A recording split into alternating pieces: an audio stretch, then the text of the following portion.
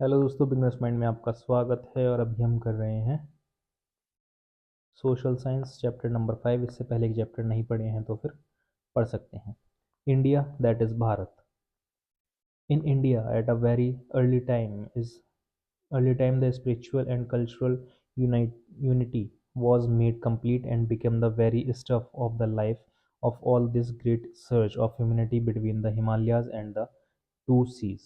श्री अरविंदो ने ये बात बोली है। ये क्या हो जाएगा? Bay of Bengal, Arabian sea, और ये हमारा map.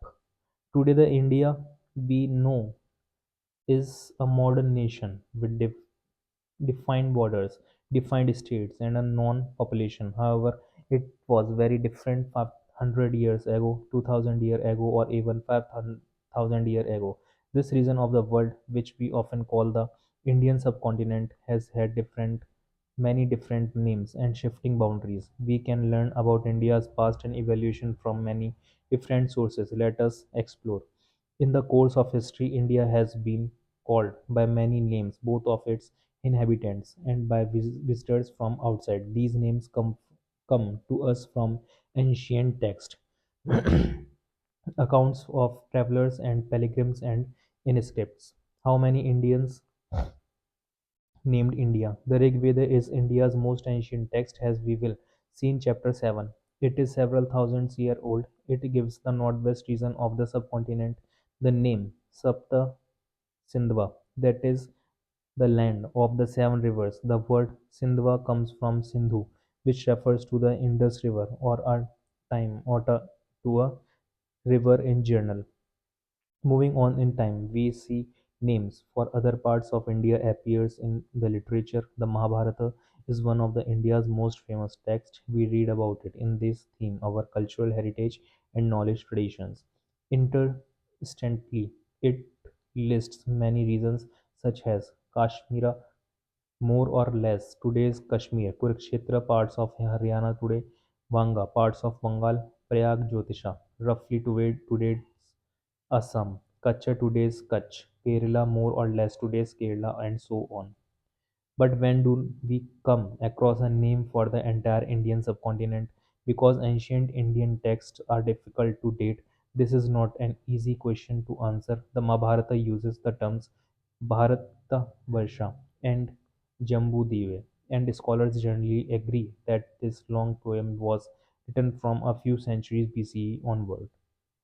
The first term, Bharatavarsha, clearly extends to the entire subcontinent, and the text includes the names of numerous rivers and peoples. Bharatvarsha means the country of the Bharats. Bharata is name that first appears in the Rig Veda, where it refers to one of the main Vedic groups of people. In later literature, several kings named Bharata are mentioned. The second term, Jambu Dipe, means the island of the fruit of the jamun tree. This is indeed of common tree native to India, also called jambul tree, Malabar plum tree, etc. Jambudipe came to mean the Indian subcontinent. In fact, we get a good clue from an Indian emperor. His name is Ashoka, and we will meet him later. For now, we can take his date to be about 250 BCE. As we will see, he left us many inscriptions. In one of them, he used to same name Jambudvipa to describe the whole of India, which at the time included what is today Bangladesh, Pakistan, as well as parts of Afghanistan.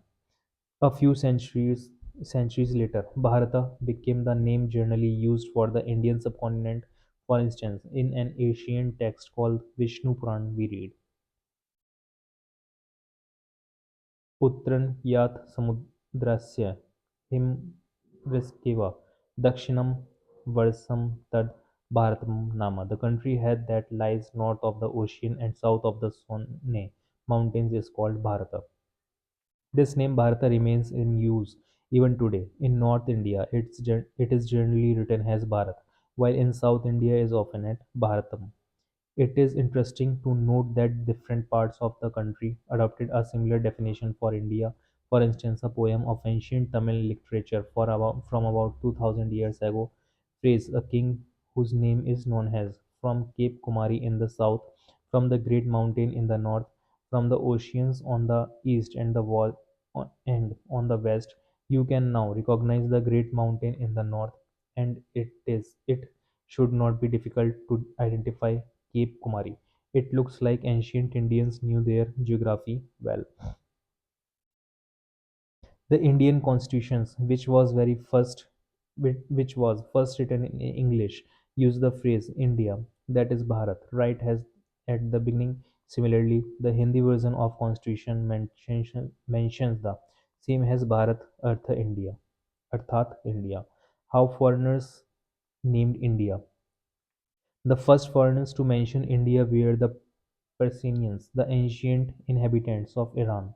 In 6th century BCE, a Persian emperor launched a military campaign and gained control of the region of the Indus River, which, as we saw, was earlier called Sindhu.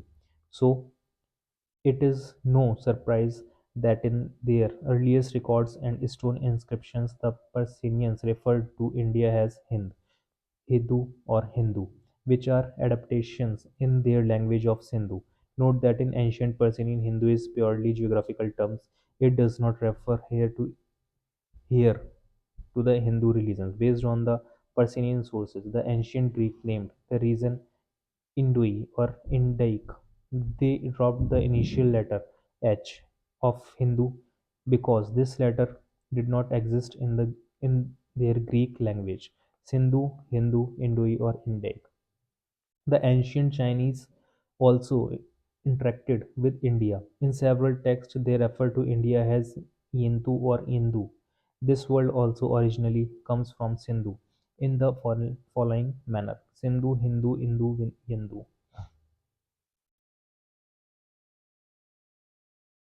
First page of the constitution of India. ये क्या है? First page है। Zhuangjiang, formerly spelled Huan Tangsang, Husan Tasang, etc., traveled from China to India in the 7th century BCE. He visited many parts of India, met scholars, collected Buddhist texts, and returned to China after 17 years. There he translated the manuscripts he took back with him from Sanskrit into Chinese. Several other Chinese scholars visited India over the centuries. Another Chinese word, also derived from Sindhu, was Tianzhu, but this word could also be understood as a heavenly master. This reflects the respect the ancient Chinese had for India as the land of the Buddha. You are probably quite familiar with the more recent term Hindustan, but you may not know that it was the first used in Persian inscription in 1800 years ago. Later on, this became the term used by most invaders of India to describe the Indian subcontinent. Before we move on, India is an ancient land which has had many names in the course of its history. The names given by ancient inhabitants of India includes Jambudvipa and Bharata. The latter become widespread in time and is the name of India in the most Indian languages. Foreign visitors too, or invaders of India mostly adopted names derived from the Sindhu or Indus River. This resulted in names like Hindu, Indui and eventually India।